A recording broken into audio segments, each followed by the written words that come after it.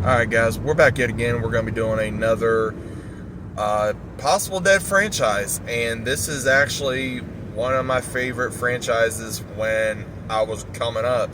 And obviously, what you see on your screen is Jak&Daxter. Now, I know a lot of people, including myself, have been wanting the remasters for 1, 2, and 3. Now, originally, yes, you can play them on 4 and 5 right now on PlayStation, but again, a lot of people, including myself, have been wanting the games to be updated. And will they ever be updated? That's a question, man. I mean, you can still play the other ones like Lost Frontier and the racing one as well, but is this a dead franchise? And I'm gonna say yes, because the last game, how long has it been since we had a Jak&Daxter game? Too long.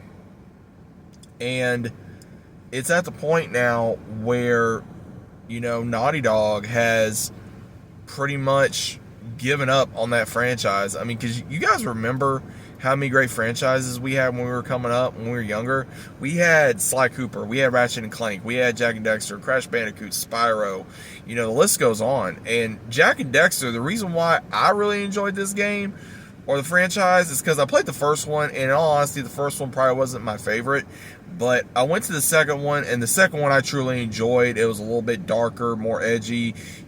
Jack gets a dark eco in him, and he, meets all these different characters. It goes to the so-called present, and how the past and the future go hand in hand with the story and with the metalheads, and then all that stuff. I mean, I enjoyed the hell out of that game. And then going into the third one, I enjoyed that one just as much.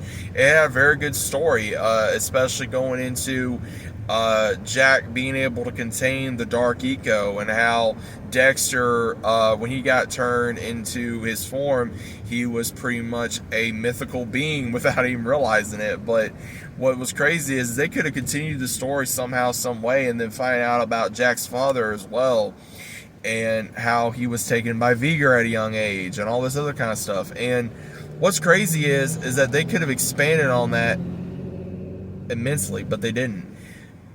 So I don't know. I mean, I really don't know what to say. I mean, if you guys have played it, then you guys know what I'm talking about, because the game itself, was the gameplay amazing at the time? Yes. But did it go downhill? Yeah, because here's the thing, is I got rid of my PS2 before I got another one, and I was stupid to do so.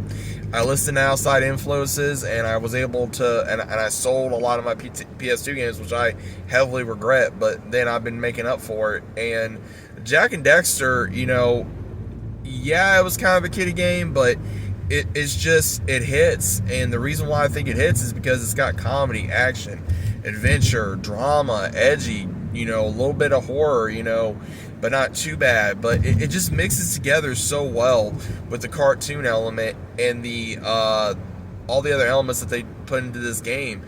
And it really kind of took its own DNA and just made it better over time. And I think, in all honesty, the best two games, out of my opinion, is 2 and 3. I mean, anyone can, fight with me on that, okay?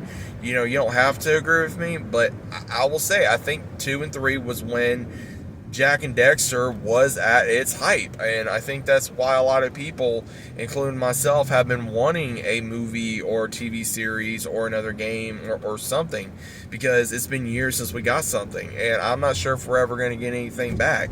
And if we do, will it be good? Will it be, that old feeling that we had? Because it's really hard to continue that feeling we had when we were coming up, because it's like, okay, can we continue the story, and would it make sense? And they did try. I mean, they tried with 2-3 games, and it just didn't hit. But they were able to do that within 3 consecutive games back to back, and then they tried a couple more, and it just didn't do well. They tried to expand the universe, and I just don't think it did that well, because it just didn't make sense, or it just didn't sell, or the story didn't make sense. I mean, I still got to play through all of them. I mean, I get the gist of the story, but 2 and 3 is always going to be very near and dear to my heart. It will always be very near and dear to my heart.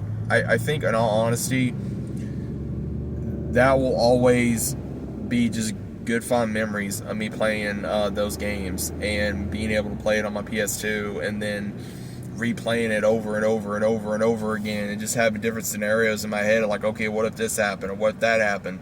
You know, what if Jack got with this character, or what if Dexter did this, or what if Jack did this, or what if this other character did this? You know, just different scenarios in my head of the what if scenario. But overall, guys, what is your opinion of this? Do you agree or disagree? Do you think Jak&Daxter is a dead franchise? If so, why? If not, why?